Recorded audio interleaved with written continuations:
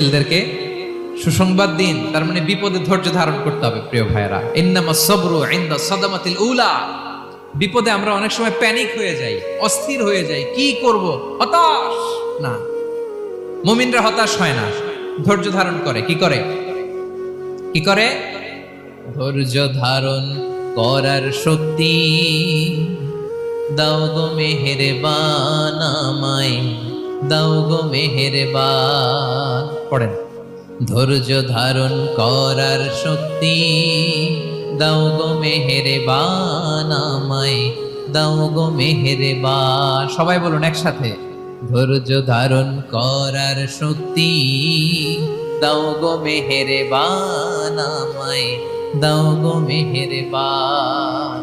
বুকের ভেতর ব্যথার নদী বইছে অবিরা, বইছে